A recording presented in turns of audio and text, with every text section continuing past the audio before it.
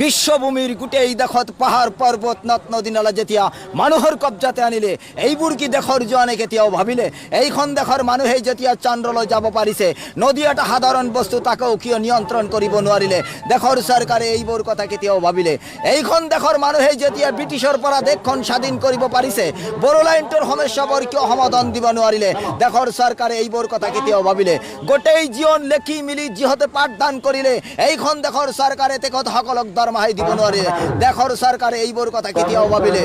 এইখন দেশৰ বৈজ্ঞানিকে যেতিয়া সাগৰৰ পৰা মুক্ত ওলাব পাৰিছে ডিবৰ্ডাৰৰ সমস্যাবোৰ কিয় সমাধান দিব নোৱাৰিলে দেশৰ চৰকাৰে এইবোৰ কেতিয়াও ভাবিলে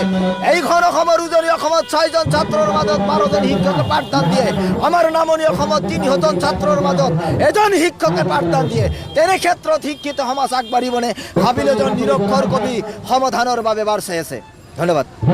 মই হিন্দু না মুছলমান নালাগে মোৰ প্ৰমাণ ভাৰত মোৰ জন্মভূমি মই অসমৰ সন্তান অসম দেশ কয় অসমীয়াৰ বাংলাত পাবি ভূমি শৰণাৰ্থী আনি দেশৰ চৰকাৰে দিব বিচাৰে ভূমি প্ৰতিবাদী কণ্ঠ মোৰ তীব্ৰ প্ৰতিবাদ কৰোঁ দেশৰ বাবে মোৰ জীৱনখন উৎসৰ্গাও কৰিব পাৰোঁ মাতৃভাষা মোৰ অসমীয়া সদায় গৌৰৱ কৰোঁ 1983 চনৰ আন্দোলনৰ কথা মই পাহৰি যাব নোৱাৰোঁ কেঁচা তেজৰ গন্ধ মই এতিয়াও শুঙিবলৈ পাওঁ সৈনিকৰ দৰে মই আগবাঢ়ি যাওঁ হাবিৰ মাজত ঘৰ বান্ধি মই জীৱন যাপন কৰোঁ নিজৰ অধিকাৰৰ বাবে মই মৃত্যু भय न करूं लोग मुझे पूछता है जब पढ़ाई नहीं किया है तो कविता कैसे लिखता है उसका भी हाल मेरे पास है पहाड़ों से झरना की पानी टिप टिप गिरती है कभी का आवाज दिल से निकलती है लोग अपनी मोहब्बत के लिए बेचैन रहती है एक कहावत है खजूर की गुटिया इतना गहराई का टका बिस रहती है फिर भी इंसान उसको निकाल कर खाती है सुहासिरिया समंदर पे रहती है रात की इंतजार करती है दोनों आलोक होते हैं सुबह होने से एक साथ निकलती है तोरुअल की ढक्कन को मत छूछो